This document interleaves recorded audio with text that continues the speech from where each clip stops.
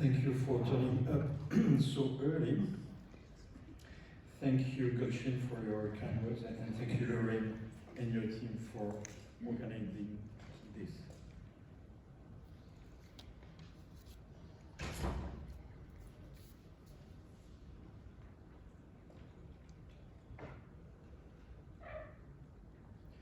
So why BNF?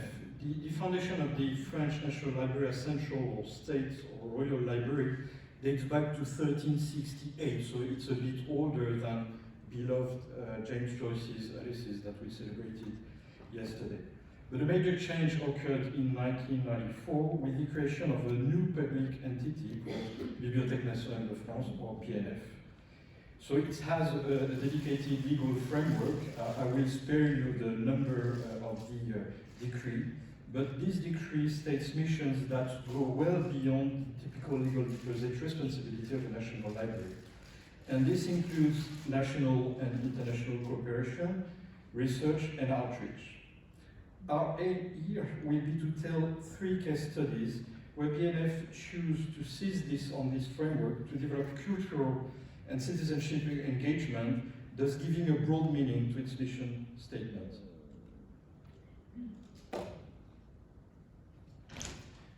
Number 1, laïcité. In January 2015, the terrorist attacks at the Charlie Hebdo offices created a shockwave, nationally and internationally. Beyond the casualties, you may remember that something like 12 famous people were killed in that event. At stake were 2 core values of the French modern history. First, freedom of speech, secured especially by an uncensored press industry. And then second, secularism, or what we could laïcité in France, understood as state neutrality in the public space to guarantee religious freedom in the private sphere. BNF decided to draw from its collections and experience to illustrate both points.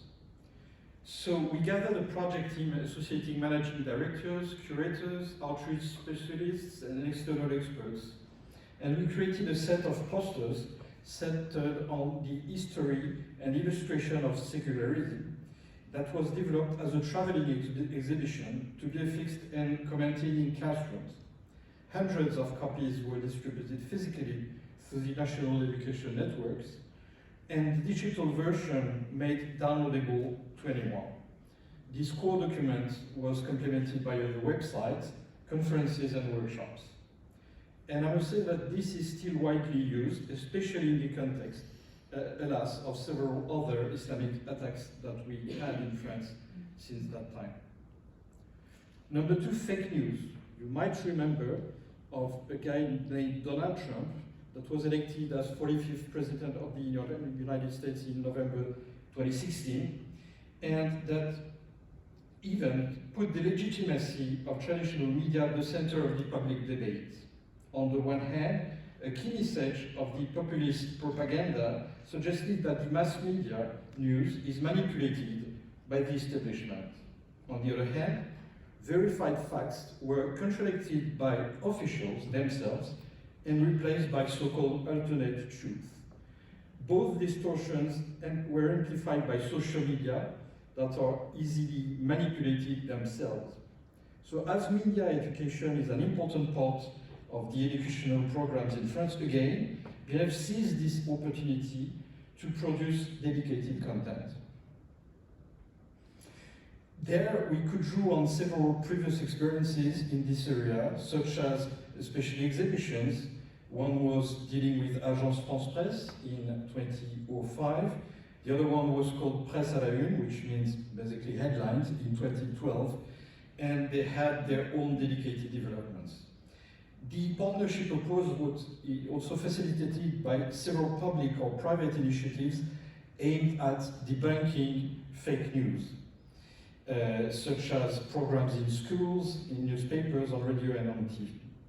The idea of a set of physical and digital posters complemented by online resources was here reused.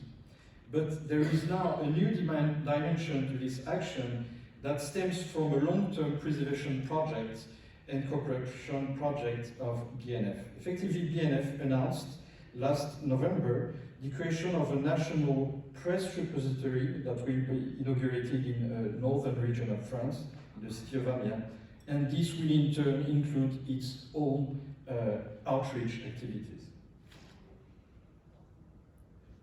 Third and last, Ukraine. As you all know, on the 24th of February 2022, Ukraine was attacked on several fronts by Russia. In the following days, France's president, France's Ministry of Culture, which oversees BNF, and BNF itself issued strong statements condemning the war and proposing assistance to Ukraine. BNF created a weekly steering committee to define and follow up Ukraine-related actions. This transversal structure coordinates actions across the institution, dealing with the International Affairs Department, collections, preservation, conservation, outreach, so all type of colleagues. And here is a set of various actions that we've taken in this, under these initiatives. One, a strong institutional position promoting cooperation with national Russian institution, national. Two, preservation and conservation material sent to Ukraine. Three, hosting of online Ukrainian cultural heritage. Four, online Ukraine content dedicated harvesting. Five, conferences and concerts. Six, assistance to Ukrainian refugees that are in France, such as giving away library cards, proposes language workshops. Seven, creation of dedicated resources, such as bibliographies, blog posts, ephemera harvesting. And eight, emergency hosting of Ukrainian cultural professionals and scholars that are displaced in France. So what is the common ground of those various actions, in my view? I think that one, there is a strong implication of senior management, that are backed by national authorities. Second, the contribution, essential contribution of socially driven and committed librarians. And three, actions are sourced by, from heritage documents, as our motto at BNF could be that heritage is actually engagement. I will leave you with this quotation of a colleague of mine that happened to work at the library in the 18th century, and I will thank you for your attention.